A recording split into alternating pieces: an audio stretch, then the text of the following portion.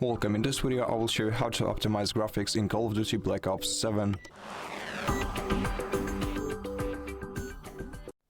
First, in the main menu of the game, open the settings by clicking the gear icon in the top right corner of the screen, then go to graphics and then select the display tab.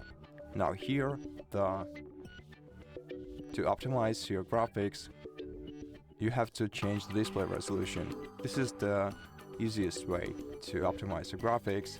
Now to change your display resolution, you have to change the display mode to full screen exclusive, and then you'll be able to drop this list and adapt the display resolution to yourself by selecting the quality that fits you the most.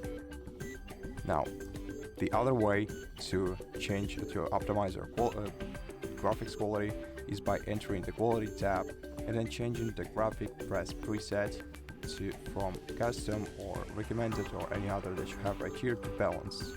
So the balanced graphic preset will basically do everything for you, but if you want to be more manual with your settings, you can change each of them by either dropping the list of options and then selecting the one that fits you the most, or by switching the toggle off or on next to the options that have such feature.